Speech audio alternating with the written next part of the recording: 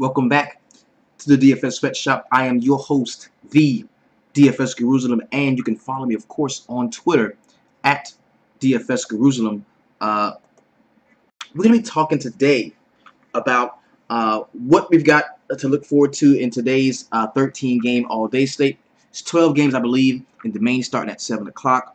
We're also going to look back to yesterday and see exactly what we did, some do's and don'ts, places that we were right, places that we were wrong. Let's go ahead and check it out. This is about last night. Let's take a look.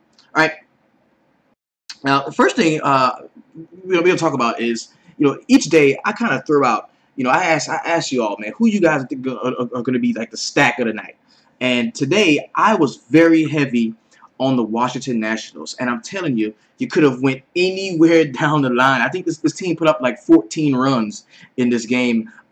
Daniel Murphy, Adam Lynn there, Defoe, Rendon was really good. Chris Heisley, 17 points, 16 for Lobatone, hit a jack in that catcher spot, and Bryce Harper scored the least amount of all the guys that put in work, 13 points for him. And then you look over to the Colorado side. Now, if you were in the first class yesterday, then you did hear me talk a lot about the Colorado Rockies and the spot that I felt they were in. I kind of liked a lot of them.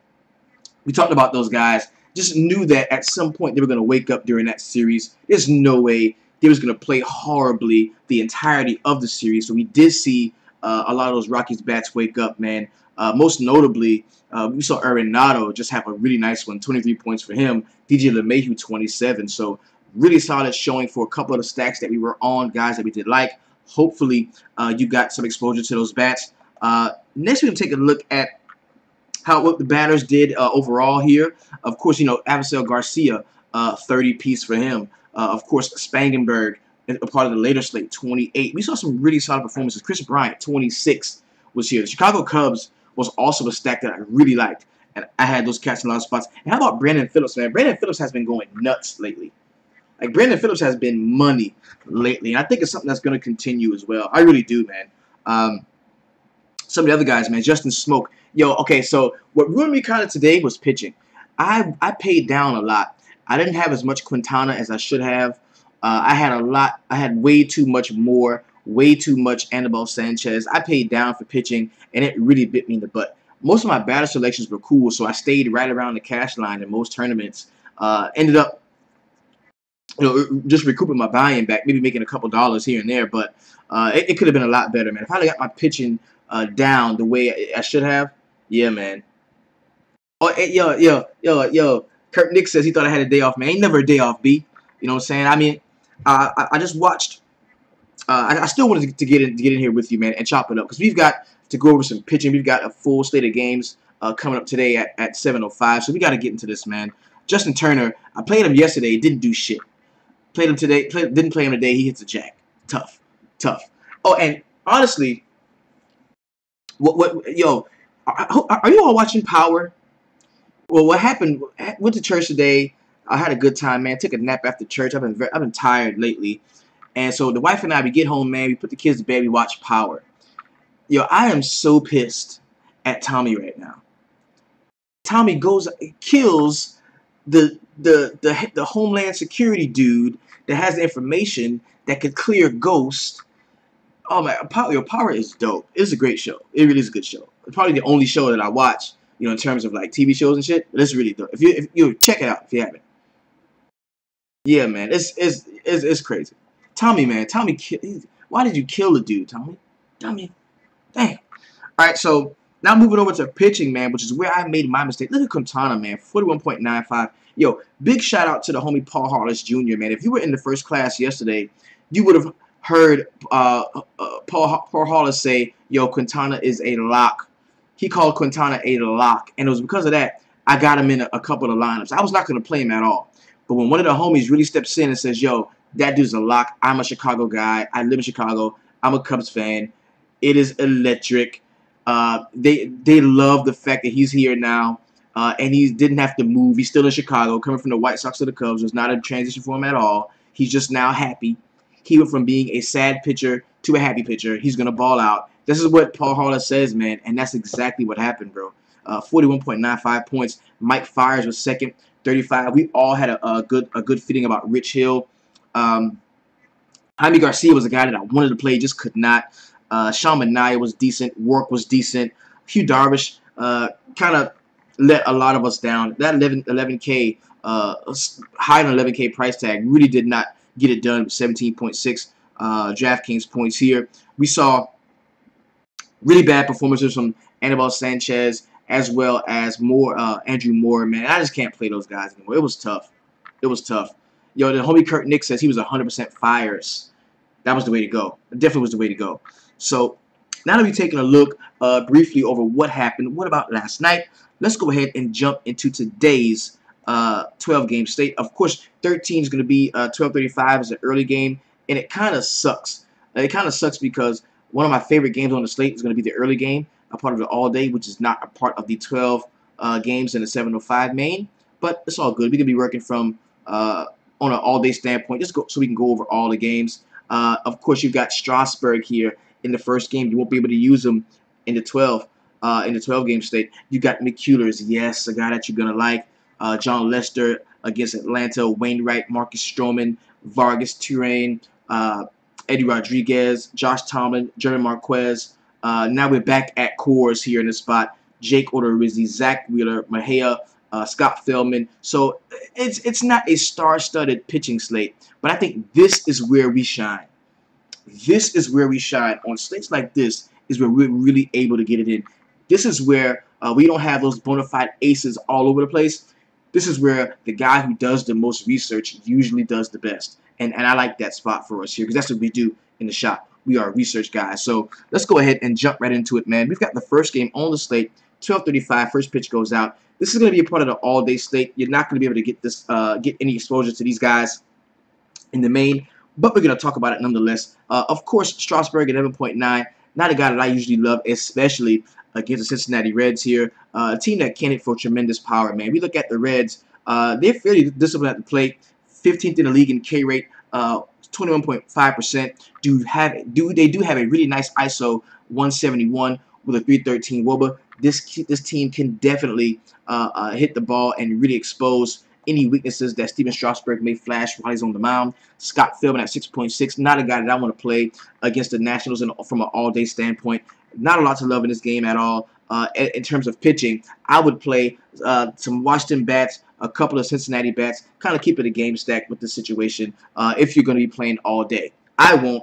There's not enough meat and potatoes in the pot for the all-day slate for me, so I usually just stick to the main joints. Next game we got in the first pitch, 7:05, the Texas Rangers and the Baltimore Orioles. This is prime for me. I love this. Okay, this is prime for me.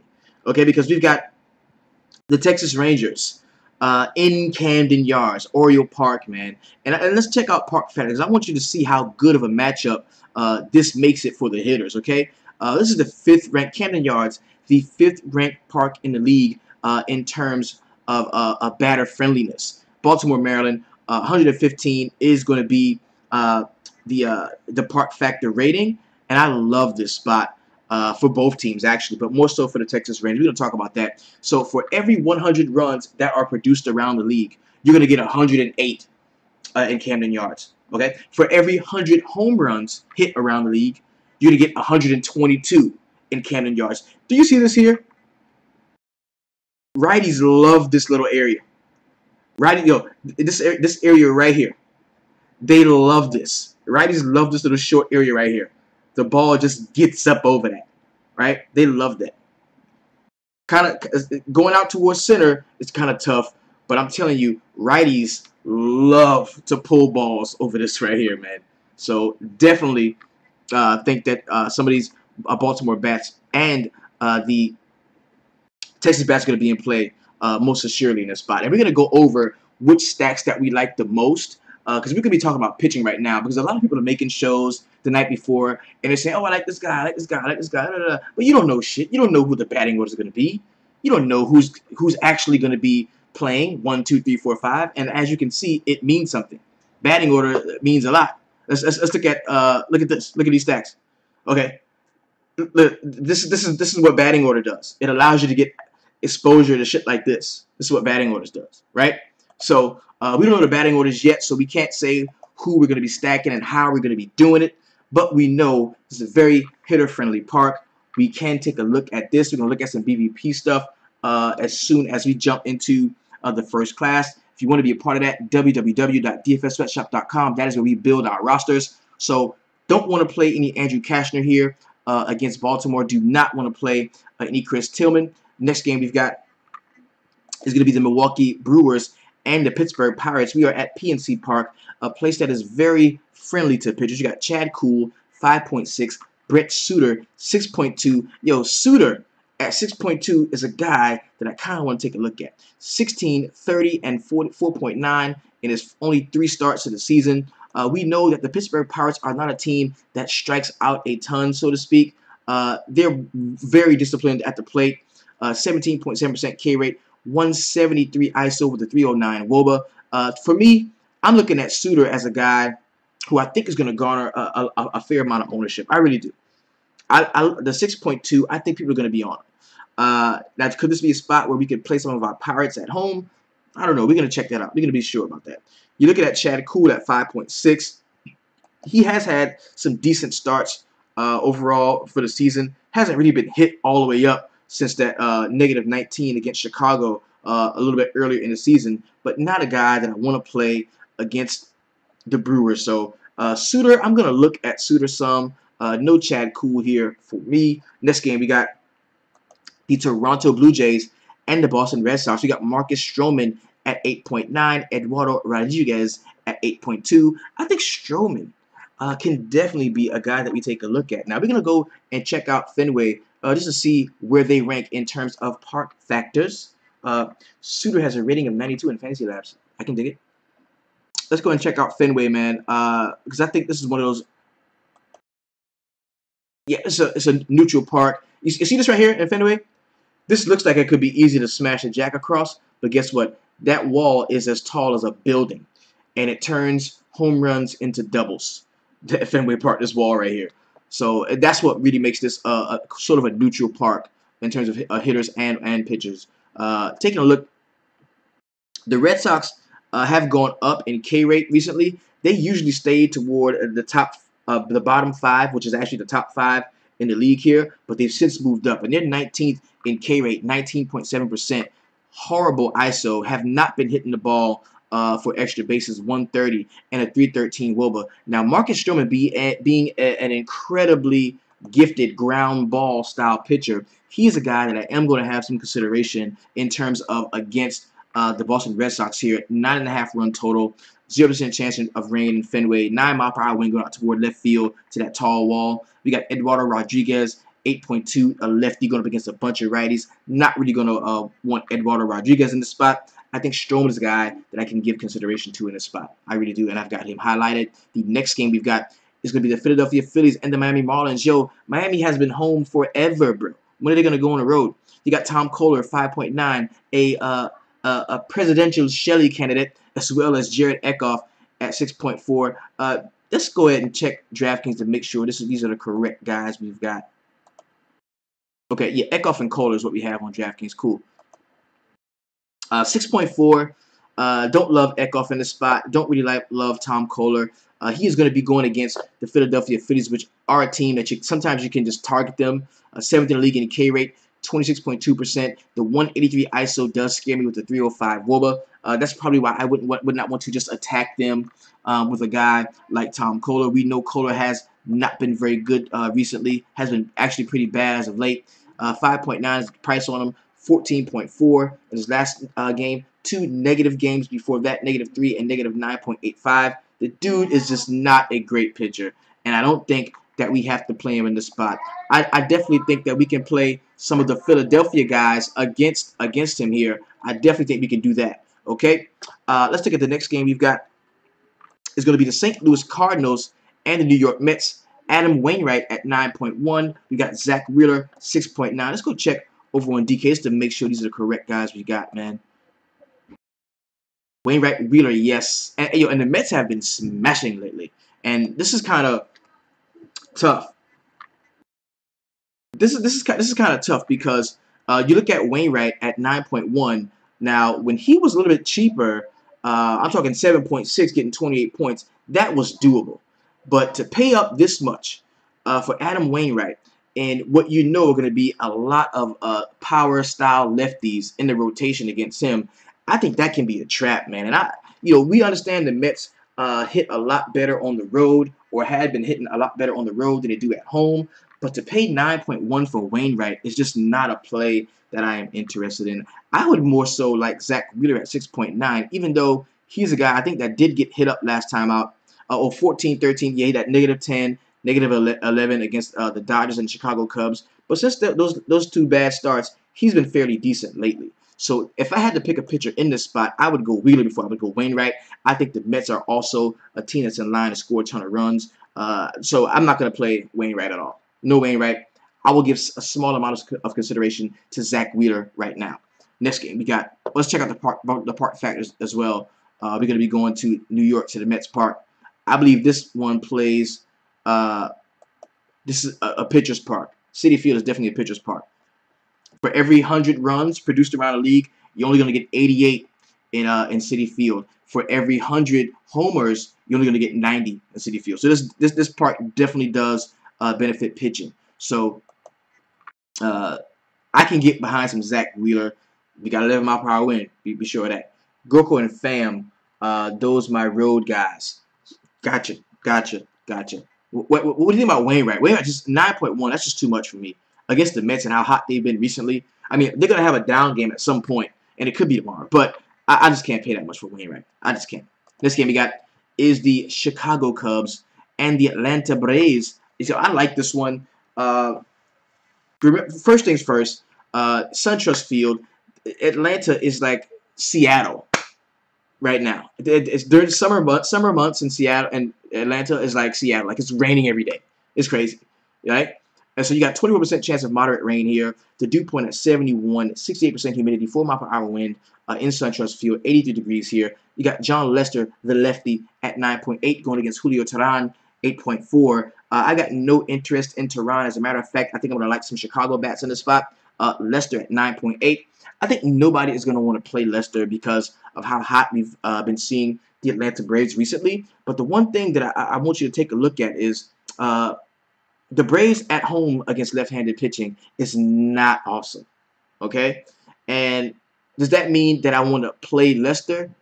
It doesn't mean I want to play Lester, but it does mean I don't want to go ham on a lot of Atlanta bats. It means I can cherry pick. I can grab Freddie Freeman and Brandon Phillips and move on. I don't have to go deeply into this Atlanta. I don't have to stack Atlanta. I don't have to. 9.5 run total here. Teheran at 8.4. Not a guy that I like, even though he's had some decent starts in his last two, 26 and 22. The start before that was not so good against the Milwaukee Brewers. Negative 6.65. Yeah, exactly. Yeah, ATL might be chalk after that's right. Definitely. Just take a look at him as well, too. Against Pittsburgh, negative 11, 7.25, 21.9, 18.75, 19.9. So playing Lester, man, would definitely be it would definitely be attacking the chalk. I think it would be attacking the chalk. Even though you rarely see Atlanta as like a chalky team, just because of where they play. People do not like to play the Braves a lot of times. They're usually one of the lower owned stacks on the slate, no matter what they do. But I think today they could be a pretty highly owned stack.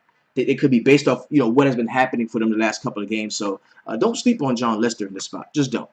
Don't sleep on John Lester. Next game we got is going to be the Seattle Mariners and the Houston Astros. We got Lance McCullers Jr. 11.5, Ariel Miranda 5K. I believe Lance McCullers let a lot of people down last time out, man, against Toronto. 0.85, and this is funny because you get Lance McCullers against not Lance McCullers, but you get Seattle Mariners against Holland, and Holland goes out and looks like Nolan fucking Ryan, and like pitches damn near a gem for a dude that's that bad of a pitcher. And against McCullers, who didn't have a good game out last time, 11.5. What do you think is going to happen there? You got Ariel Miranda that's priced now down to 5K against a ton of righties in Houston. So give me all the Houston bats in this spot. I don't love McCullers. I just don't. 11.5. I don't love McCullers. Anytime an ace pitcher like this has like one of those games, I start thinking about the blisters and shit. Because that's like a new thing. It's like a new pitcher's disease going around. Girl, he got the blisters. You know what I mean? Oh man, he got the blisters. You know, it's like some new weird pitcher, you know, vampire disease going around where like a guy is an ace and he's like throwing 8 scoreless shutout innings, and then the next game he is shitty, and then you find out after you started him and he scores negative .85, he got the blisters. You know what I'm saying? So fuck that. Ace, an ace coming off of that kind of performance, the negative .85 is tough. I can't do it. I gotta make sure he don't have the blisters, baby, because if he got the blisters, he dead, right? So Ariel Miranda, 5K. He has had some decent starts so far this season, man. 25 last time against the Angels, 7 against Kansas City, 8.9 against Houston, 14 against Detroit. But yo, I just cannot play a pitcher against Houston right now. I can't. It doesn't make sense to me. Let's look at it. Last in the league in K rate, which is actually first in the league, 14.9%, 281 ISO, 437 WOBA. That just screams to me that I do not want to play a pitcher against the Houston Astros. I just don't want to do it. And it also screams that the pitcher, whoever's pitching for them, is probably going to be in line for the win, right? So let's continue. Next game we got is the New York Yankees, my New York Yankees, and the Minnesota Twins. Hopefully we can string together some wins of this one, man. We got Brian Mitchell at 4.4, Alberto Mejia at 6.7. I'm going to shoot over to DK just to make sure these are the correct pitches. Yes, is what we got here.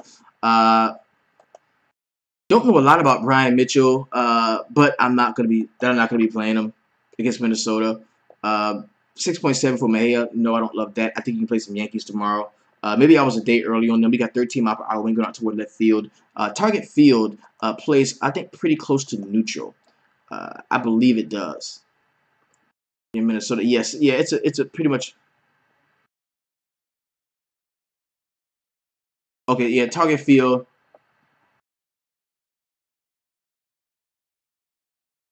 Yeah, it's pretty close. Oh, negative 96. Pretty close to neutral. Minnesota stack. Actually, for Minnesota stack. Well, once the batting orders come out, and we can take a look at how they're going to be attacking Brian Mitchell. Plus, we want to get some information, man. Let's go. Let's see what's up with Brian Mitchell, man. Let's see what's up with Brian Mitchell.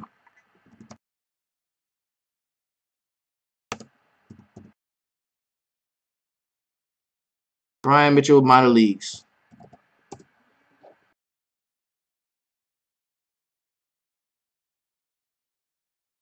Let's take a look. See, because sometimes when you get a guy like this, man, you gotta take a look and see what's happening. You gotta take a look and see what's happening. All right, Brian Bedford Mitchell, age 26, from Reidsville, North Carolina. He bats and throws left. Okay.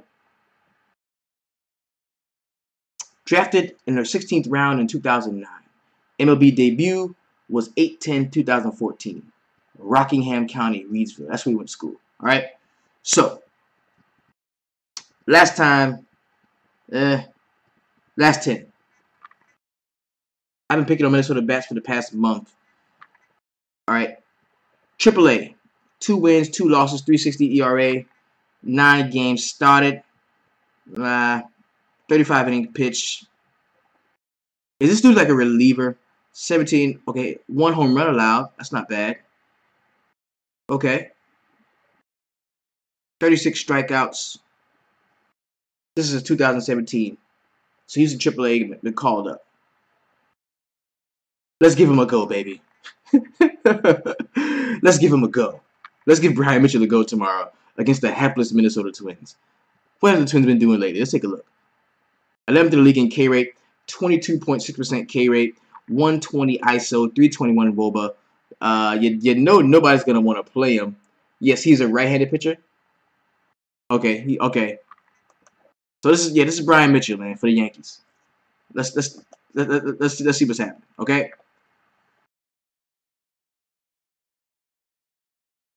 Versus lefties, 167.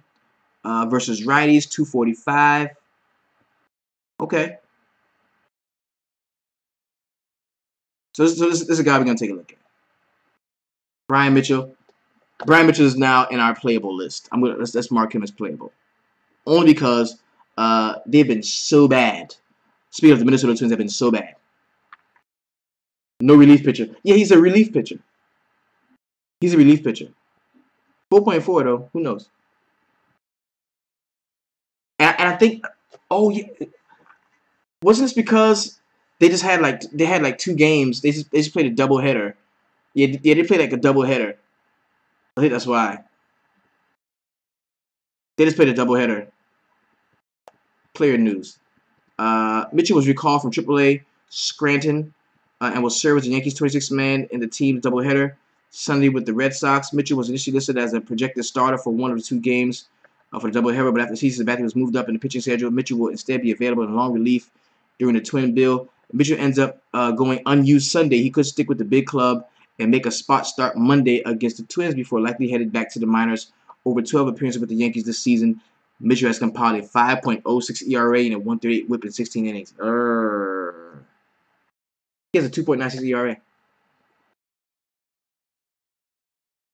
Worth a look. Worth a look. Next game we got is Detroit Tigers and the Kansas City Royals. Jordan Zimmerman 5.5, Jason Vargas 8.8. Vargas is definitely going to be in play for me. I like we get the Detroit Tigers away from home where they do struggle some. I like them more against right-handed pitching. They are the best right-handed hitting team against right-handed pitchers. I like the fact that you're going to get Jason Vargas here at 8.8. A pretty decent price for him. Last time against Seattle, 1 point against Minnesota. Last time, 22, 14 against Toronto, 11, 26 against San Francisco. So the dude does have a pretty solid upside. Matter of fact, let's take a look at his home road splits, actually. At home, 22, 14, 16, 30, negative 0.4. Yeah, his best starts have come at home. His best starts have come at home. And I think he's somebody that we can take a shot on. And for me, Vargas right now is like the pivot guy for me. 10-run total. I think either you're playing Vargas or you're stacking Detroit. I think that's what you're doing. Because we have seen a few of the Detroit bats wake up. Guys like Castellanos has been hitting pretty well. Miggy, JD Martinez, even Upton's been hitting pretty decently lately. So I think either you're stacking. I think either you're stacking Detroit guys against Vargas, or you can play Vargas. And this is a pitcher-friendly part that's coming from the homie Rhino DFS. What's up, Rudy? Now, also, you look at Whit Merrifield and those Kansas City guys, man, against Jordan Zimmerman. Zimmerman has not been good. Negative 4.65 last time against Cleveland, 10, 3, 17, 22, 10, 20. So he's a guy you can run off as well. Vargas is better in real-life pitcher than a fantasy pitcher, coming from Armando Gonzalez. Big home. So, definitely a guy that we can consider. Now, check this out. Now, we do have Coarse on the slate. We got San Diego Padres and the Colorado Rockies here. Okay? All right. First things first. Coarse Field, yes, is technically the best place to roster bats. And what most people do is they think 2 things about this. The first thing they think is you can't play a pitcher in Coarse. That's not true. You can. And I will tomorrow. Because German Marquez at 7.6 is going to be playing against the San Diego Padres, who, in my opinion, well, not my opinion, but you can see it right here. 3rd in the league in K rate, 28.2%, 152 ISO, 298 WOBA. Now, the team is structured a little bit differently with Jabari Blash being back, and the couple of guys that have come on recently playing pretty well. So I can get why you might not want to play a guy like Marquez in this spot, but I like him, man. At 7.6, I know the ownership is going to be extremely low. 18, 13 in the last 2 starts. If he gets me somewhere around that for 7.6, I can live with it. I can.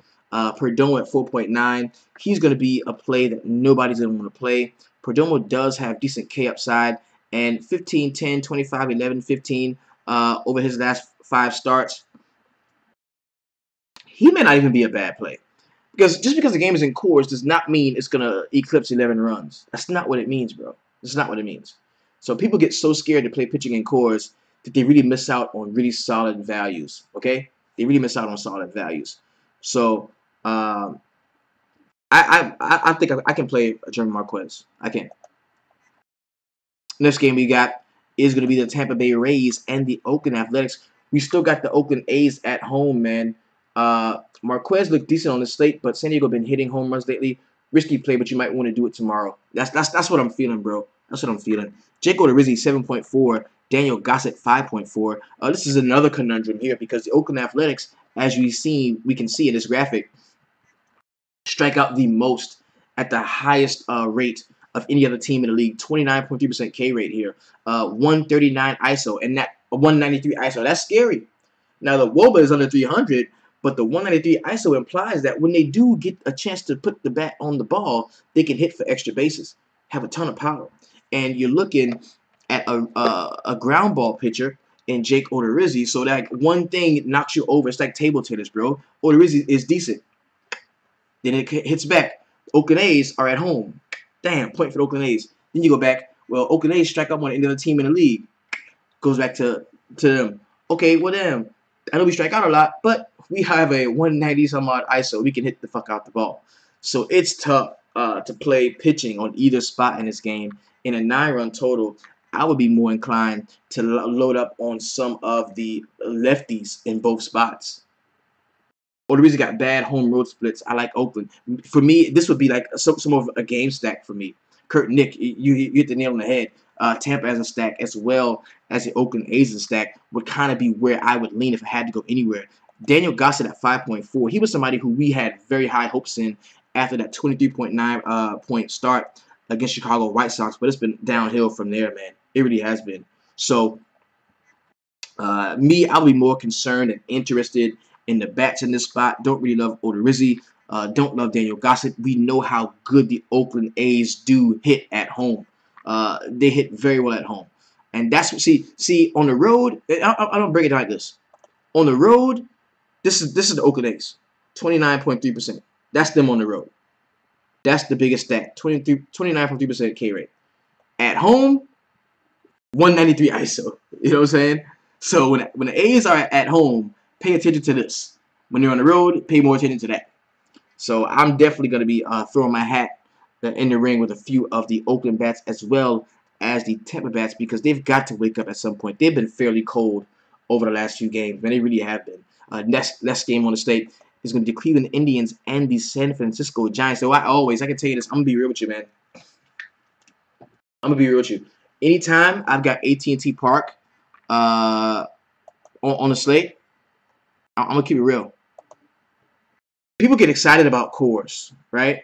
People get excited about Coarse. Look at this. All right, Coarse, I'm explaining it to you. So for every 100 runs, regular runs, base knocks, you know what I'm saying, a guy getting bunted, moving over, scoring on a double, you know what I mean, whatever. For every, like, regular run that's scored around the league, you're going to get 142 in Coarse. All right, for every 100 home run, jack, for every big jack that's hit around the league, you're going to get 138 in Coarse Field, which makes this an extreme hitter's park. We're going to go to the very opposite of the spectrum here. We're going to AT&T Park, okay? And for every 100 runs scored around the league, you're going to get 84 scored here. For every 100 homers hit around the league, you're only going to get 76 here. So anytime AT&T Park is on the slate, I am playing a pitcher from the game. I'm playing a pitcher, whether it's a San Francisco pitcher or whether it's the traveling team's pitcher. I am playing a pitcher from this game. I really am. And Matt Moore at 5.3 against the Cleveland Indians is not very attractive. But Josh Tomlin in that weak-ass curveball looks like a guy I can play. Looks like a guy I can play. And if it's Cueto, I'm playing the other dude. Josh Tomlin at 25.35 in his last start against San Diego. You would expect a great game against San Diego. The problem is, you know, the Giants don't strike out a ton. Matt Moore is 5.3. He did have a decent start last time out, I believe. Well, no, -7 against Miami, but against Pittsburgh, 14.75. Well, I mean, they all give it up, baby. They all give it up. Tom, you need to give it up. But I just love park factors, man. Park factor is pushing me over to play. Yeah, I wish Tomlin was a little bit cheaper too. It's pushing me over to play some Tomlin, man. I think I can get to him. I really do. I kind of like Tomlin in this spot. We do have 10 mile per hour wind in this spot, but man, the park factor is huge. Okay, so I do like Tomlin. I will potentially have him in some of my lineups. I'm not playing Matt Moore at all. Give me some Cleveland Indians in that spot. I think he's in line for the win. Okay, so let's go ahead. Take a look. Let's take a look at what the Giants do actually though, because they moved up some in K rate. 19.5% K rate, 154 ISO, 291 WOBA. So I'm not afraid of them. I'm not afraid of them.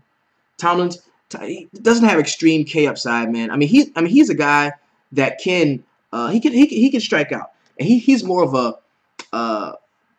he strike out on the curveball. Like that's his thing. He throws the curveball, and hopefully he can get it across the plate.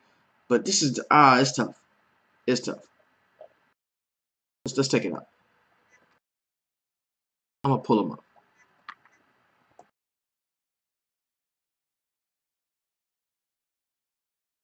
All right, let's take a Josh Tomlin splits right here.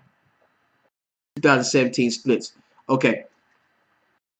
Versus lefties. Well, okay, on the road. 2017 on the road. 5.74 ERA. Not good.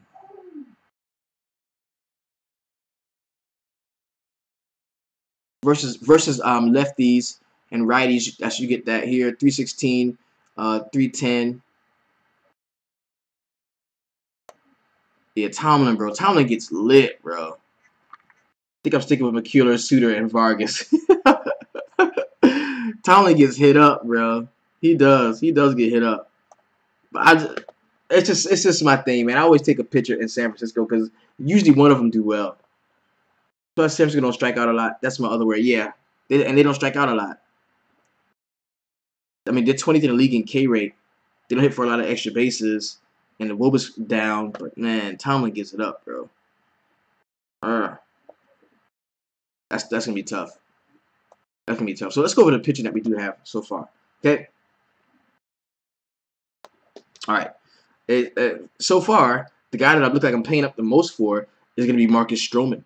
I got Stroman, Vargas, Tomlin, Marquez, Zach Wheeler, and Brett Suter, and Brian Mitchell is the cheapest guy. That's what we like. So far, I'm not going to play any McCullers. I'm not going to be playing. I'm going to consider Lester. I'm going to consider Lester. No Wainwright. Stroman is in play. Vargas is in play for me. Marquez, Josh Tomlin, I don't know about him. Maybe some Zach Wheeler, Brett Suter, and Brian Mitchell is really cheap, really cheap, really cheap. Okay. Yo, and you know what's gonna happen, bro. Like there's gonna be a shitty pitcher that's gonna go off on a set like this. Somebody's gonna have to play well, and we gotta find that guy. So this has been your DFS Jerusalem. You can follow me, of course, on Twitter at DFS Jerusalem. I'm pulling up for you right there. Follow me on Twitter at DFS Jerusalem. Yo, Lester didn't give up a 9-run first inning. Yes, and of course nobody's gonna want to play him for that. Of course, gotta have a short memory, baby. A short memory in DFS is what you gotta have. Right? So let's go out. Let's do the damn thing, man. Have a very profitable day. Yo, come check me out in the line drive at 5, man. We're gonna be building our rosters in there, man. And if you want access, go to the website www.dfssweatshop.com. I will pull back the velvet rope and allow you into there. That is our sanctuary. That's where we go to build our lineups. Jimmy D says Suter and Vargas has the best ERA. That's kind of who I like the most. So let's get it in, man. Y'all hold it down, man. If you're on FanDuel, keep it 250. If you're on DraftKings, keep it 200. You're rocking with the best. So I know what you're doing. You're always keeping it 300. Peace.